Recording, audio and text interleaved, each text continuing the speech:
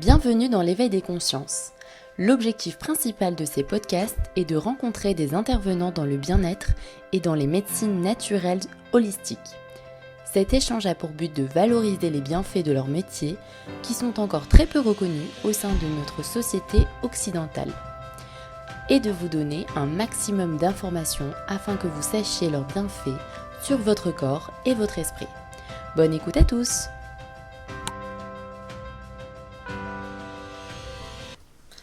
Bonjour Basile. Bonjour. Alors merci de m'accueillir au centre de l'île de méditation Kadampa. Alors donc tu es résident et pratiquant du centre de méditation Kadampa de Lille depuis maintenant 4 ans. Alors aujourd'hui on va parler un petit peu du thème de la paix intérieure, donc sur le livre de Geshe Kelsang Gyatso. Est-ce que tu peux nous parler dans un premier temps de qu'est-ce que c'est la paix intérieure? Donc je pense que la paix intérieure, bien sûr, ça se définit théoriquement dans le bouddhisme, c'est-à-dire quelque chose qui est la source de notre bonheur, c'est la cause principale de notre bonheur, mais ce qui est important dans le bouddhisme, c'est d'en faire une expérience personnelle. C'est-à-dire que je peux essayer de parler pendant longtemps de ce que c'est que la paix intérieure, mais si les personnes qui entendent ces définitions, cette théorie, n'essaye pas de faire l'expérience personnelle, ça va rester creux. Et du coup, l'important dans le bouddhisme, c'est par exemple faire une méditation simple sur la respiration au début, essayer d'apaiser un petit peu l'activité de l'esprit, sans chercher à chasser les pensées, mais juste naturellement, en se concentrant sur la respiration, l'air qui entre et sort au niveau des narines pendant quelques instants. Après quelques minutes, en ramenant notre esprit plusieurs fois sur la sensation dès qu'il est distrait, sur la sensation du souffle, on arrive à un état où on commence à toucher du doigt, c'est-à-dire qu'on touche de notre propre expérience de ce que c'est la paix intérieure.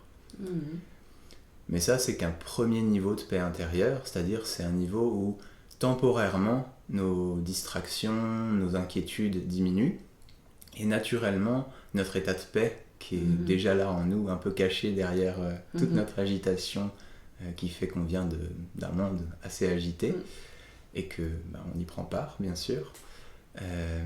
Mais derrière toute cette agitation, on redécouvre cet espace paisible à l'intérieur. Donc c'est une première étape. Et puis après, le but du cheminement bouddhiste, c'est d'arriver à développer ça, de l'approfondir, cette expérience, et de vivre avec, c'est-à-dire dans toutes les situations du quotidien. Et ça suppose pas, comme on pourrait le croire quand on sort de méditation, d'être un petit peu, un peu mou. Parce que quand on sort de méditation, on est relaxé. Et du coup, ça suppose pas du tout parler lentement, marcher lentement et tout ça. C'est juste un état de flexibilité intérieure qui fait qu'on est joyeux, qu'on est apte à faire face aux difficultés avec flexibilité et qu'on maintient du coup un esprit qui n'est pas agité, qui n'est pas tendu, qui crispe pas quand il y a un problème, etc. Et donc, et plus on maintient cette expérience et plus on la développe, on l'améliore, plus on découvre de plus en plus comment être heureux tout le temps. Et c'est pour ça qu'on dit que c'est la source du bonheur. Quelles sont les véritables causes du bonheur, puisque tu as terminé sur cette note du bonheur, donc pour atteindre toujours cette paix intérieure? Donc, en effet, j'ai dit la cause principale du bonheur, c'est la paix intérieure, mais il y a une manière, comme tu le sous-entends dans ta question, de développer cette paix intérieure. C'est pas juste j'essaye de penser à la paix intérieure ou de rester paisible. Et du coup, dans la tradition bouddhiste, on pourrait appeler ça, si on traduit, par état d'esprit vertueux ou état d'esprit positif.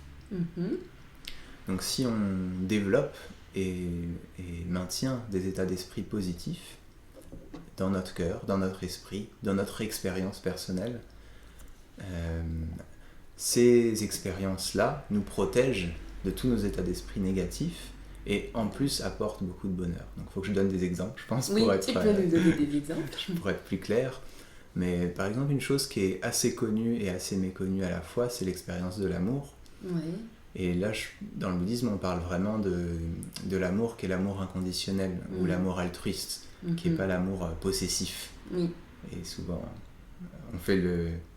on mélange un peu les deux dans notre société. Ça veut dire je t'aime, mais ça veut dire je veux absolument que tu restes avec moi. Ouais, parce qu'on l'a mais ça, c'est pas de l'amour altruiste. C'est pas je t'aime dans le sens je te chéris, tes désirs sont importants pour moi, j'ai envie de faire quelque chose pour toi, je suis prêt, je suis disponible pour les autres.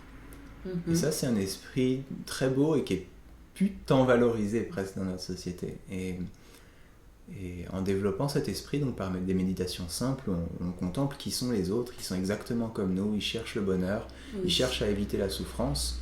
Il n'y a aucune raison pour laquelle mon propre bonheur est plus important que celui des autres, aucune. Et du coup, vraiment, j'ai le désir, je vais chérir tous les autres de manière égale, exactement comme moi-même, au moins, si ce n'est plus que moi-même. Parce qu'il y a beaucoup plus d'autres êtres vivants. Et du coup, forcément, le bonheur de milliers de personnes, c'est plus important que le bonheur d'une personne. D'accord. Donc c'est vraiment presque un état d'esprit service public, si on peut dire. Dans le sens que le bonheur de la communauté et de tous les êtres vivants est plus important que mon propre bonheur.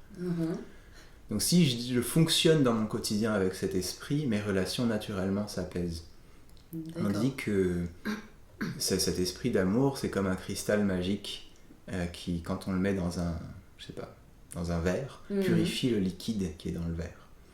Mais à chaque fois qu'on fonctionne dans notre quotidien avec un vrai état d'esprit d'amour, pas une théorie mais une expérience intérieure de chérir l'autre, de faire attention à ses besoins, de comprendre que parfois il est en train de souffrir, comprendre que parfois il n'est pas bien, il a besoin de temps pour prendre du recul, etc.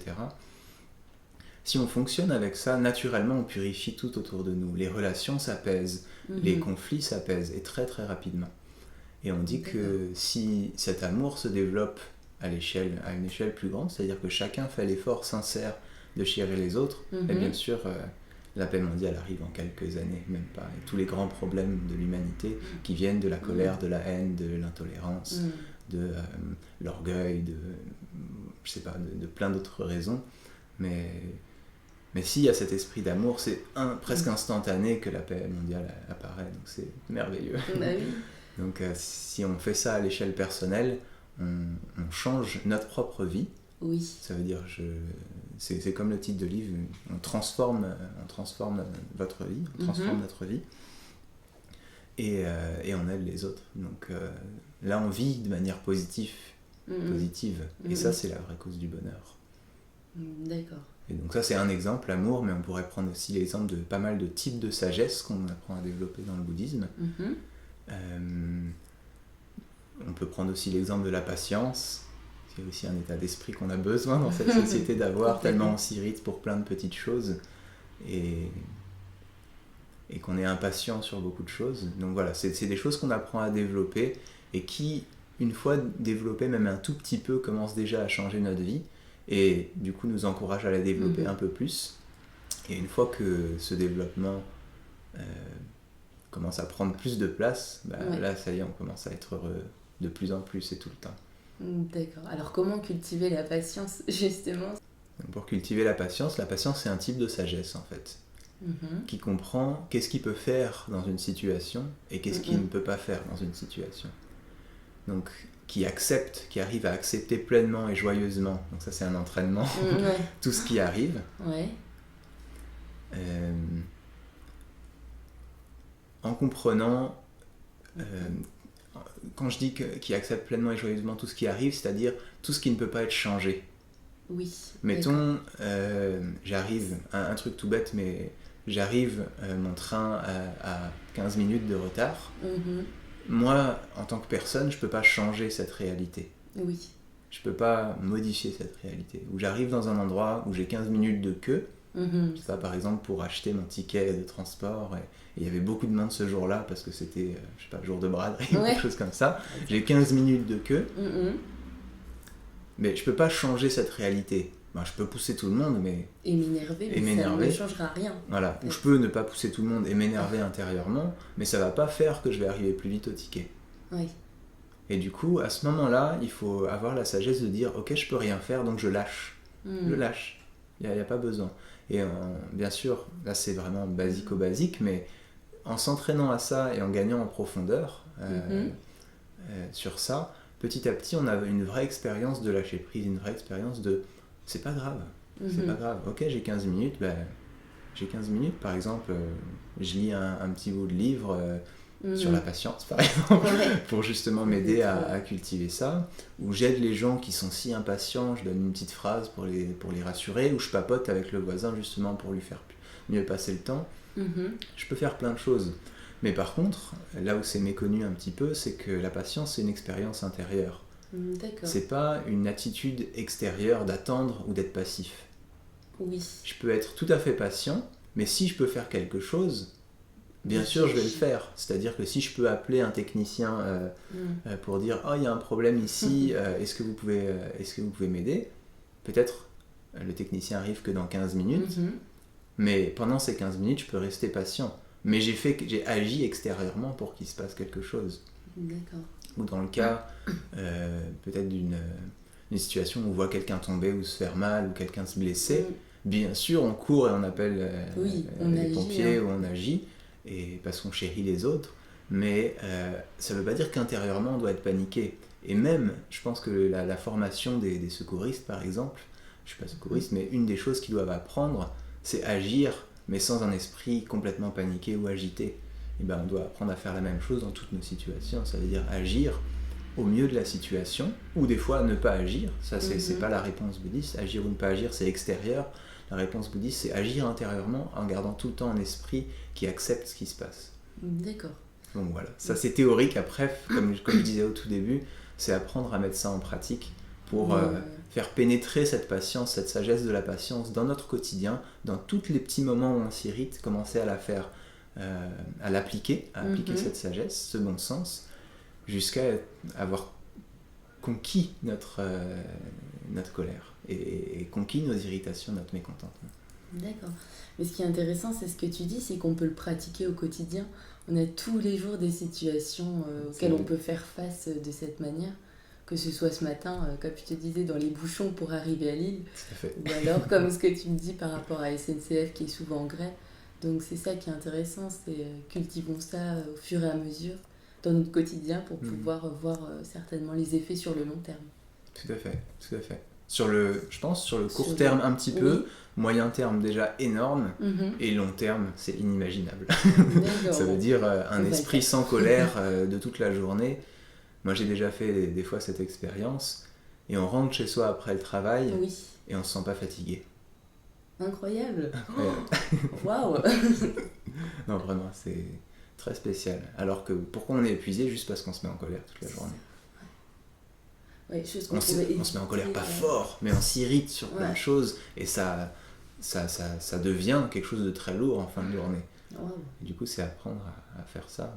Voilà. C'est pas tous les jours, mais quand ça arrive, on voit la différence. Et donc c'est pour ça que je dis sur du long terme, c'est inimaginable le bien-être qu'on a pour nous, et du coup qu'on rayonne aussi pour les autres, parce que si on est patient dans une situation, bien sûr les autres en bénéficient parce que ce sont facilement plus calmes, etc. Alors que si nous-mêmes on est paniqués, on panique les autres. Oui, c'est ça aussi. Parce qu'on a cet effet miroir où on reproduit, où on peut ressentir aussi ce que l'autre ressent. Ou pas accepter, encore une fois, que l'autre s'énerve. D'accord. Alors, est-ce que le bonheur et la souffrance sont interdépendants ? C'est... Du coup, si je précise ça, pour moi ça voudrait dire que presque il y a besoin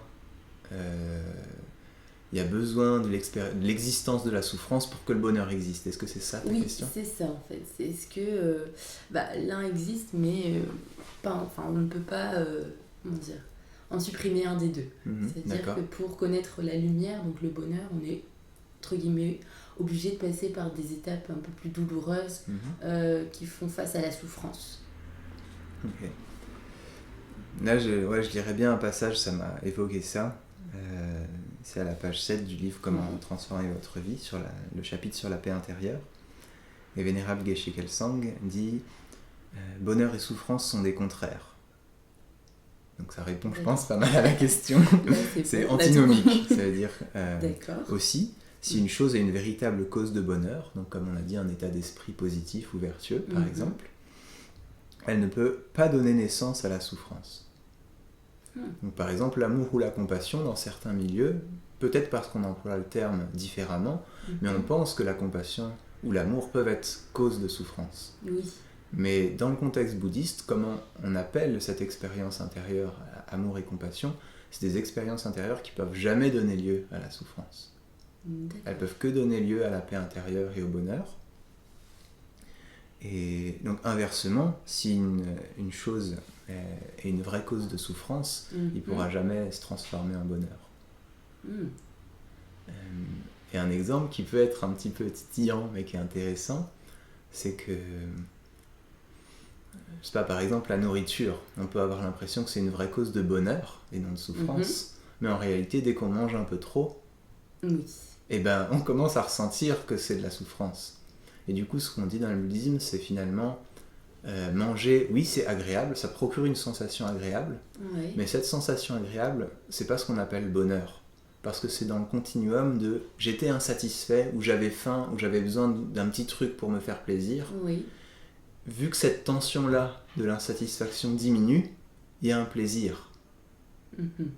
Mais c'est un plaisir qui vient de la diminution de l'insatisfaction. C'est pas un plaisir qui est dans le continuum du bonheur. Et donc c'est pour ça qu'on dit bonheur et souffrance sont des contraires. Donc si on peut tout à fait éliminer toutes les causes de souffrance, et on peut tout à fait cultiver toutes les causes de bonheur. Et même plus on cultive les uns et on diminue les autres, mais plus le bonheur profond et pur et durable peut apparaître. Après, peut-être une précision à faire sur ça, c'est que cause de souffrance ou cause de bonheur, c'est vraiment intérieur. Par exemple, j'ai parlé de la nourriture, c'est pas en soi une cause de bonheur ou de souffrance. C'est comment notre esprit réagit à ça qui l'a fait être une cause ou non de bonheur ou de souffrance. C'est-à-dire si pendant que je mange, j'apprécie énormément qu'il y ait tant de gens qui aient travaillé pour que je puisse avoir ça facilement, par exemple au supermarché, et que je cultive je pense à la bonté des gens et à ce cercle de bonté qu'il y a dans ce monde, qui fait que tout le monde peut vivre de manière confortable dans cette société. Bah là, cette nourriture, pas le fait de la manger, c'est juste neutre, ça, c'est juste manger. Mais le fait de cultiver ses pensées à l'intérieur, ça c'est une cause de bonheur. Par contre, le fait de cultiver la croyance que c'est ma cause de bonheur absolu, ce hamburger ou ce truc, c'est merveilleux, bah ça c'est une cause de souffrance parce qu'on va être déçu. On va être déçu parce que c'est ça, au bout de 2 hamburgers on n'en peut plus et ça n'a pas apaisé notre vie d'intérieur, ça a apaisé un petit peu notre souffrance de l'insatisfaction comme je disais, donc c'était agréable un temps, mais c'est tout ce que ça peut nous donner, ça peut pas nous donner plus que ça. Ça peut pas nous donner ce qu'on appelle un bonheur pur, et le bonheur pur c'est ce qui est créé par la paix intérieure et les états d'esprit positifs. Ça peut que nous donner un bonheur qui est une réduction de l'insatisfaction. Donc tu parles d'une réduction de l'insatisfaction, est-ce que on peut pas parler non plus de désir, comme de venir combler un désir en fait qui est demandé par notre être? Après, si c'est juste un désir de manger parce qu'on a faim, bah, en effet on diminue simplement la souffrance de la faim. Ça peut pas nous donner plus que cette diminution, ou ça peut nous donner un peu de plaisir. Mais pas plus que ça. Ça peut pas nous donner, je sais pas, par exemple, je me suis souvent fait la réflexion, mais un repas peut pas nous donner un bonheur qui dure sur 1 an par exemple. Maintenir l'amour pendant 1 an, bah, ça nous donne un bonheur qui dure 1 an. Bon, ça c'est beaucoup de travail bien entendu, mais manger continuellement pendant 1 an, ben, on va juste mourir. C'est sûr. Je pense au bout de même quelques jours. Donc c'est ça. D'accord. Ben, c'est pas évident, ça titille un peu, mais c'est à contempler en profondeur. Encore une fois, là c'est la théorie, et après il faut l'appliquer à notre propre expérience. Est-ce que quand je mange tant de choses, je sais pas, rien qu'une plaquette de chocolat, combien je suis malade, mais horriblement malade, et le lendemain j'en ai même plus envie.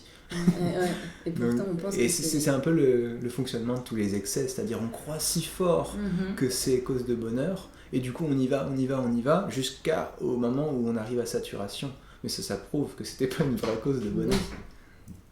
Qu'est-ce que c'est l'esprit ?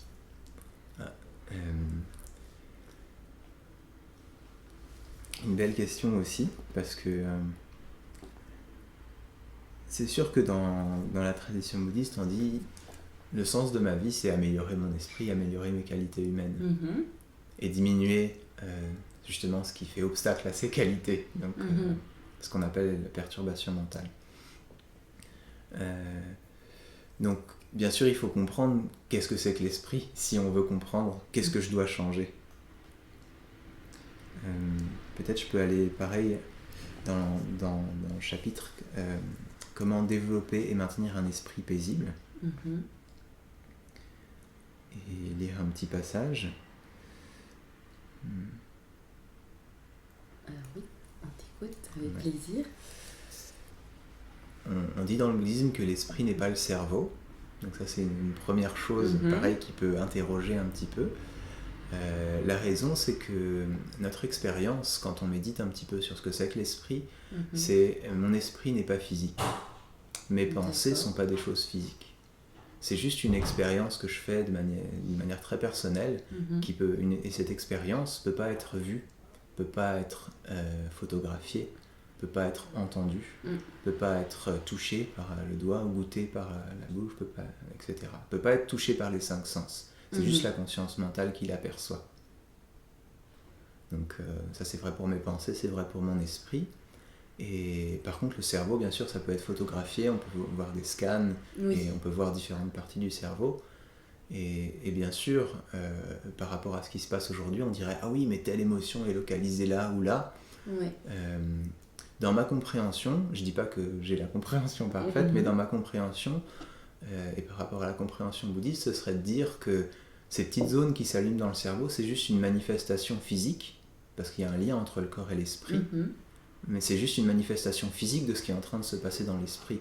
Mais ce qui est en train de se passer dans l'esprit ne peut pas être photographié ou ne peut pas être vu. Par exemple, ma colère telle que je la ressens, c'est pas une petite lumière quelque part. Ma colère telle que je la ressens, mon irritation, mon amour, peu importe quel état d'esprit, ma tristesse, c'est quelque chose que je ressens moi, c'est juste de la conscience mentale, c'est pas physique. Donc l'esprit, c'est pas le cerveau. Mais alors, si c'est pas le cerveau, qu'est-ce que c'est ? Qu'est-ce que c'est ? Et donc la réponse qui est donnée, donc c'est à la page 16 de Comment transformer votre vie. Pareil, c'est une réponse théorique, mais à contempler dans notre propre expérience. Donc on pourrait méditer sur ça presque pendant quelques minutes. On ne le fera pas aujourd'hui. Donc l'esprit, c'est un continuum sans forme, ni aucune caractéristique physique ou matérielle, dont la fonction est de percevoir et de comprendre les objets. Donc je vais répéter. Un continuum sans forme, ni aucune caractéristique physique ou matérielle, dont la fonction est de percevoir et de comprendre les objets. Donc si je veux arriver à comprendre mon propre esprit, peut-être très rapidement, je ferme les yeux et j'essaie d'imaginer ce que c'est un espace qui est semblable à du vide, qui est un vide semblable à l'espace, on peut le mettre dans les deux sens, qui n'a aucune caractéristique physique, ça veut dire qu'il n'y a pas de forme dans ce vide.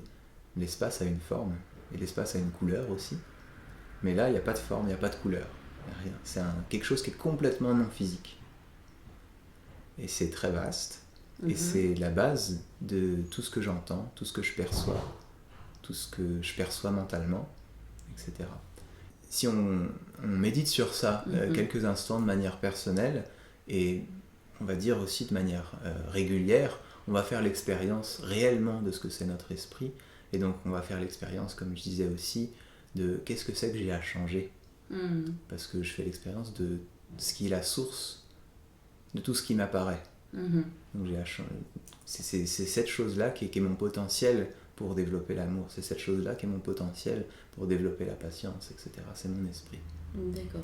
Du coup, bien sûr, c'est cette définition théorique, un continuum sans forme, ça veut dire une succession de moments intérieurs, mais qui n'a aucune caractéristique physique. Elle n'est pas évidente à comprendre si on ne médite pas dessus, mais par contre, grâce à la méditation, on peut avoir une expérience personnelle de ce que c'est que mon esprit, et là, bien sûr, on est sûr que c'est quelque chose qui est différent du corps. On est sûr que c'est quelque chose qui est différent du cerveau, parce qu'on a une expérience personnelle, encore une fois, de ce que c'est. D'accord. Mais alors, est-ce que c'est l'esprit qui porte des jugements sur, par exemple, des objets ? Donc en disant, par exemple, j'aime pas, ceci, c'est cela. Est-ce que c'est vraiment l'esprit qui... Alors, je dirais même plus précisément, c'est un facteur mental de l'esprit. C'est une partie de l'esprit qui porte des jugements. Et du coup, il y a des parties de l'esprit qu'on appelle par exemple discrimination et sensation. Donc discrimination, c'est je catégorise. D'accord. Et sensation, c'est comment je me sens face à ces choses. Et du coup, ça fonctionne bien sûr ensemble. Ça veut dire, je peux me sentir pas bien, par exemple, par rapport à une personne que j'ai jamais vue. Donc ça, c'est la sensation qui mûrit dans mon esprit. Ou bon, un autre facteur, mais c'est un peu plus subtil, donc on va rester sur la sensation. Une sensation désagréable mûrit en moi, et après, c'est moi qui choisis comment je réagis à ça. Ouais. Donc c'est... Intéressant. C'est-à-dire qu'une sensation désagréable peut mûrir, mais si je pratique la patience, comme on a vu tout à l'heure, ben je peux rester calme et paisible, même si c'est un peu désagréable. C'est pas grave. C'est juste un petit désagrément, je vais pas en mourir. C'est rien du tout. Et du coup, je reste calme. Et comme ça, on peut apprendre, là c'est un petit peu technique. Prendre conscience en fait de ce ressenti pour pouvoir le laisser aller et ensuite pouvoir apaiser en quelque sorte, s'apaiser soi-même. Ouais, le laisser aller pour s'apaiser, mais aussi sinon le transformer en quelque chose qui nous est utile. Par exemple, faire de chaque difficulté un challenge, plutôt que de faire de chaque difficulté quelque chose qui nous fait râler et nous fait être triste encore plus. D'accord. Du coup, ce serait plutôt... c'est-à-dire que le laisser passer juste pour s'apaiser, c'est une première méthode, une première chose à faire qu'on peut faire. Mais pour que ce soit un peu plus profond et que vraiment ce soit plus porteur de sens selon la vision bouddhiste de ce qu'on peut faire avec notre esprit, c'est vraiment transformer. Utiliser chaque chose comme quelque chose qui a plein de valeur. Chaque moment, chaque rencontre, chaque difficulté, chaque sensation, même désagréable, chaque sensation agréable, le transformer en une manière d'améliorer mon esprit. Inspirant. On va essayer de le travailler au quotidien. Ouais. Et quels sont les moyens donc, pour apprendre à le contrôler, cet esprit ? Donc, je pense qu'on a répondu en partie. Donc bien sûr, je vais répondre la méditation. Oui. Mais comment ça fonctionne ? On apprend en méditation à cultiver des états d'esprit positifs, donc ce qu'on a vu avant. On l'apprend dans notre quotidien, mais on l'apprend aussi, et c'est le point de départ presque que j'ai pas nommé tout à l'heure, on l'apprend en méditation formelle, c'est-à-dire qu'on se pose et vraiment on contemple quelque chose et on apprend à changer notre esprit en un état d'esprit qui aime les autres, changer notre esprit en état d'esprit qui est patient, changer notre esprit en un bon sens, une sagesse. En méditation formelle, donc on déclenche un objet de méditation, on déclenche un état d'esprit positif particulier qu'on a choisi au début de la méditation, et ensuite on apprend à le maintenir en méditation. Ça veut dire qu'au début, quand cet état d'esprit se déclenche, intérieurement on n'a pas la concentration pour le garder plus de quelques secondes. D'accord. Et avec l'entraînement, on va réussir à le garder de plus en plus. Et donc cet état d'esprit va infuser tout notre être, et de plus en plus. Et donc plus on a de l'expérience en méditation, plus, par exemple, la patience aura pénétré notre compréhension profonde. Et donc plus on agira en accord avec cet état d'esprit. D'accord. Et donc plus on fait ça, plus c'est comme un bouclier contre tous les états d'esprit négatifs. Et donc si on maintient ça, on appelle ça contrôler l'esprit. Ça veut dire presque piloter l'esprit, savoir le guider, le mener pour qu'il reste toujours dans quelque chose de positif, d'heureux, de constructif. D'accord. Est-ce que dans le centre Kadampa, justement, on va apprendre à méditer sur des thèmes différents ? Par exemple, la compassion, l'amour, le pardon, la gratitude ? Est-ce que c'est... Ouais, c'est tout à fait des sujets de prédilection des cours de méditation ici. C'est ça, on aime bien faire des cours à thème, justement, comme tu dis, la patience, la compassion. Et comme ça, on progresse, on visite différentes choses, on a une vue d'ensemble de ce qu'on peut faire avec notre esprit. Et puis petit à petit, on le construit en une voie. Ça veut dire, ok, c'est bien d'avoir un peu de ci, un peu de ça, un peu de ci, un peu de ça, mais c'est quoi finalement la voie un petit peu complète pour atteindre un état de paix intérieure définitive et un état au-delà de la souffrance qu'on appelle nirvana. Et nirvana, c'est presque une première étape dans le bouddhisme Mahayana, c'est-à-dire la libération personnelle. Mais dans le bouddhisme Mahayana, c'est l'illumination ou l'éveil qui est le but. C'est-à-dire que c'est encore, dans ce contexte-là, un accomplissement plus élevé. Oui. Ça veut dire que je me suis libéré de toute souffrance, mais j'ai en plus la capacité d'aider tous les êtres. Parce que je suis moi-même une personne qui rayonne continuellement et qui a des solutions pratiques pour tout, parce que j'ai un esprit léger et qui est capable d'aider de toutes les manières. Alors, quel impact a une perturbation mentale sur nous-mêmes et sur le monde ? Alors, c'est vrai que j'ai parlé un peu de perturbation mentale. Donc, perturbation mentale, ça fait référence à un état d'esprit, à l'inverse de ce qu'on a vu jusque-là, un état d'esprit négatif. Oui. Un état d'esprit qui perturbe notre paix intérieure et du coup qui est cause principale de souffrance. L'état d'esprit positif, cause principale de bonheur. S'ils sont présents et plus ils sont présents, le bonheur de plus en plus pur et de plus en plus durable apparaît. Mais pour le moment, on est dans un état où on a beaucoup d'états d'esprit négatifs. C'est pour ça que c'est si difficile de rester heureux pendant notre journée. Et on a pris l'exemple de l'irritation ou du mécontentement. Donc ça, je peux reprendre cet exemple pour répondre à ta question de quel impact ça a sur nous, sur le monde. Donc l'impact que ça a sur nous, par exemple, si je suis irrité, tout bêtement, physiquement déjà, je suis pas bien. Ouais. Physiquement, moi j'ai eu des expériences justement où j'essayais de contempler les défauts de ces états d'esprit négatifs pour me pousser à les surmonter. Je dis, je veux plus de ça dans mon esprit. Et voir comment, quand on s'irrite, notre corps est tendu, notre esprit est tendu et on commence à se sentir de plus en plus inconfortable jusqu'au moment où ça s'est développé parce qu'on ne sait pas encore le contrôler, justement le maîtriser avec sagesse et douceur.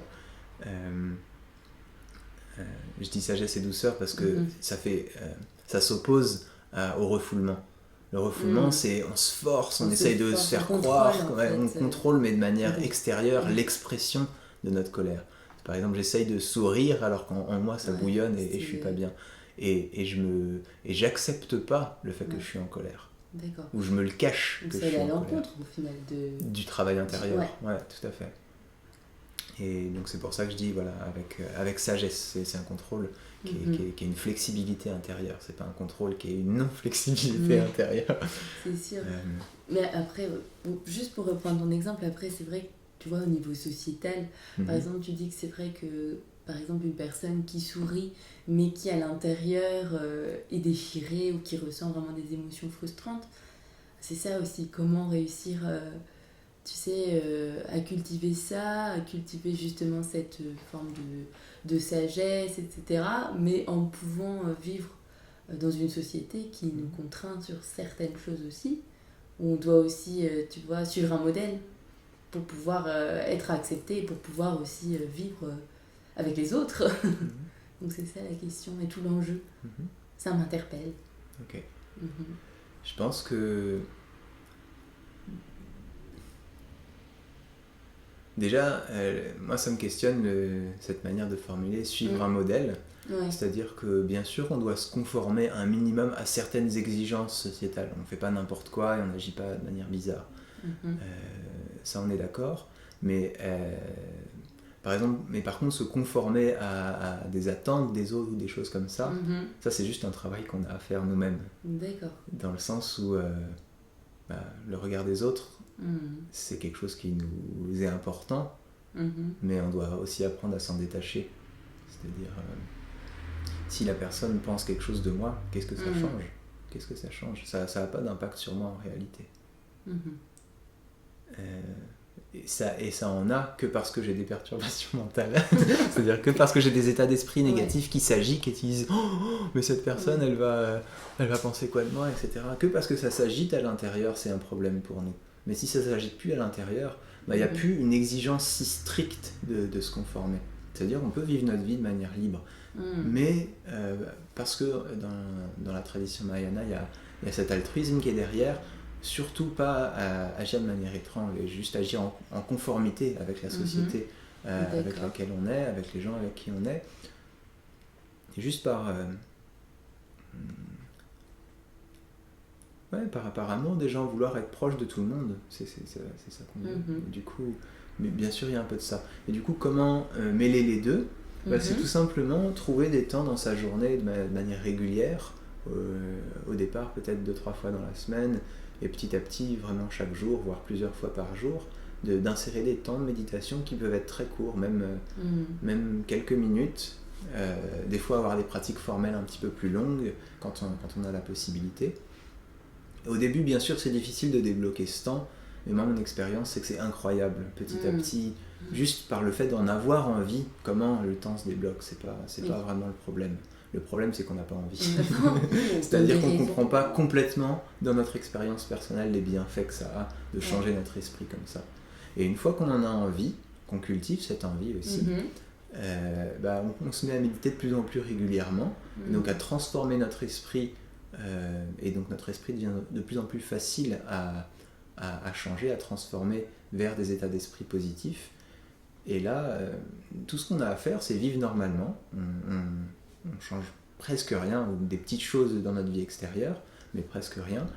Et juste, on a une intention qui est différente, une pratique intérieure qui est différente. Je peux passer une soirée avec mes amis, mais au lieu de vouloir que du plaisir pour moi, faire attention aux autres. Au lieu de vouloir des choses absolument maintenant et être impatient, cultiver ma patience. Et du coup, je peux agir au travail, en soirée, peu importe où, de manière complètement normale, mais avec intérieurement un travail qui se fait en parallèle. D'accord. Et du coup, c'est là où ça s'intègre, en fait, ça se mêle à notre vie quotidienne. La spiritualité bouddhiste, dans ce contexte, elle n'est pas une mise à l'écart de la société ou des conventions de la société. C'est vraiment un changement intérieur qu'on cultive doucement. D'accord. À l'intérieur même de notre vie quotidienne actuelle. Et c'est comme tu as dit, par exemple, la patience, on l'applique à nos propres problèmes, nos propres impatiences. Et donc on l'applique à l'intérieur de notre propre vie. C'est pas quelque chose qui est une théorie, qui est juste restée dans un livre. Ça devient vraiment notre manière d'être après. Alors juste, j'ai une dernière question sur est-ce que tu peux nous parler de la relation qui existe entre l'esprit et les objets extérieurs? Ouais, c'est assez intéressant.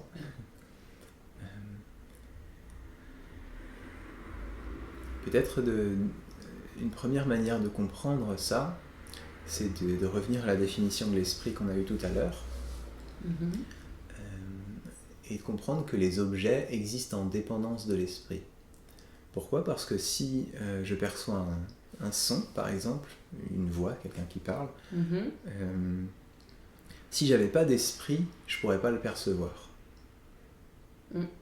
Donc l'esprit existe en dépendance... l'objet existe en dépendance de l'esprit qu'il perçoit. Et dans le bouddhisme, on dit même qu'ils apparaissent en même temps. Et ce qui veut dire que si on voit ça en profondeur, on voit que toutes les choses qui nous entourent, en réalité, font partie de notre esprit.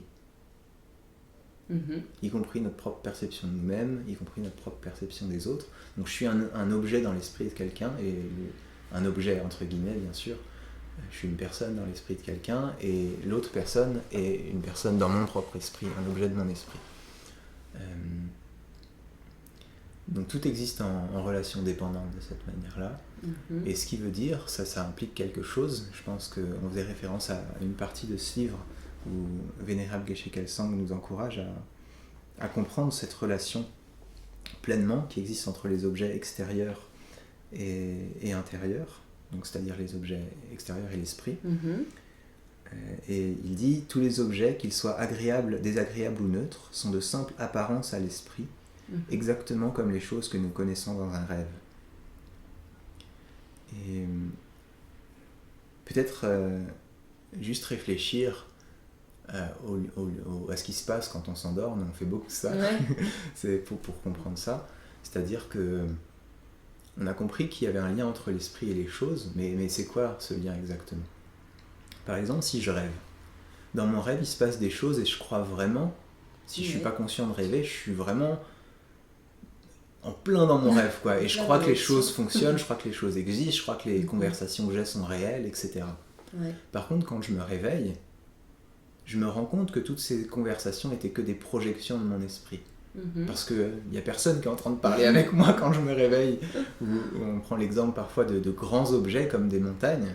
Si j'ai rêvé d'une montagne et que je me réveille, dans ma chambre, je ne peux pas trouver une montagne. Donc c'est clair que mais c'est clair que cette montagne a disparu. Ouais.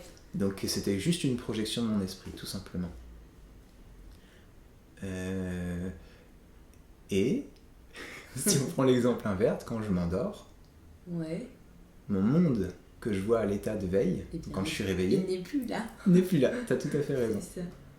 Il a disparu. Il a disparu. Donc je peux pas emmener des choses de cette réalité existante, entre guillemets, dans mon rêve non plus.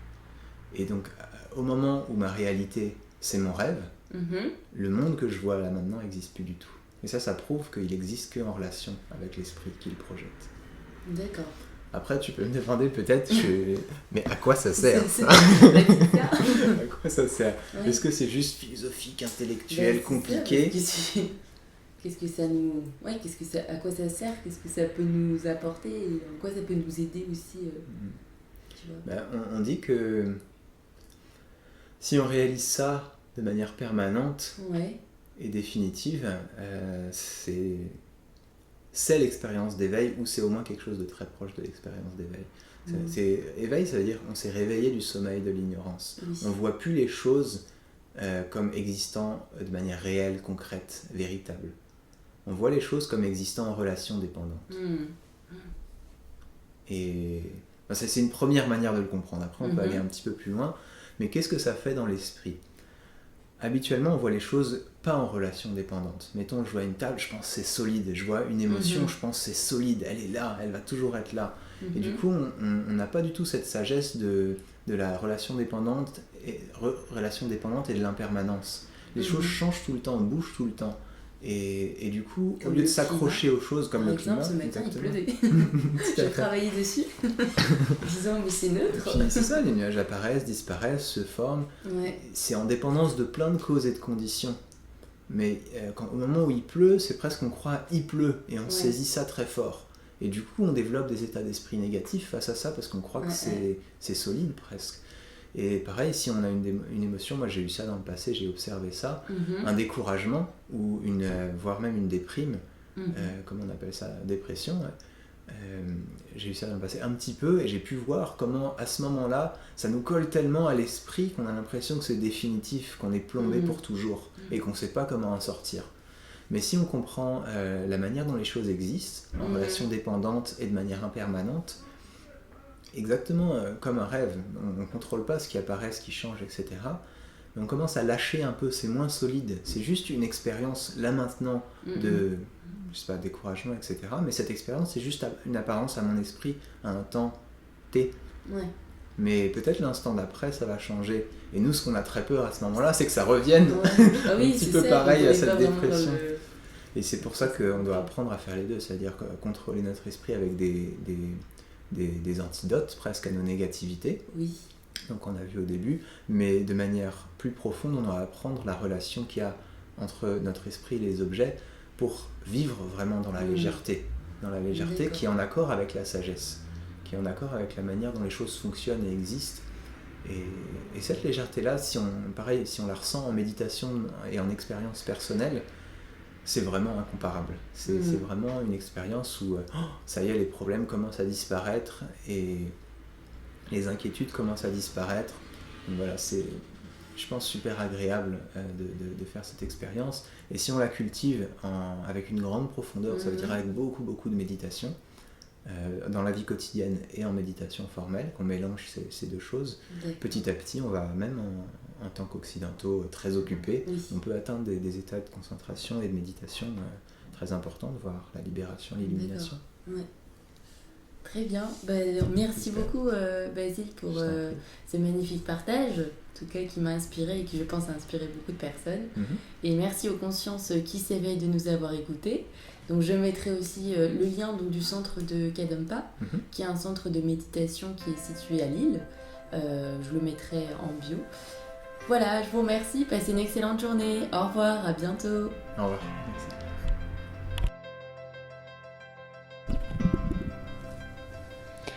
Merci à tous de nous avoir écoutés. Pour retrouver le podcast de l'éveil des consciences toutes les 2 semaines, abonnez-vous gratuitement sur Apple Podcasts ou sur votre plateforme préférée. Pour encourager leur diffusion, je vous invite à liker ce podcast en ajoutant 5 petites étoiles. Retrouvez les actualités sur Instagram sur le compte de l'éveil des consciences podcast. À très vite!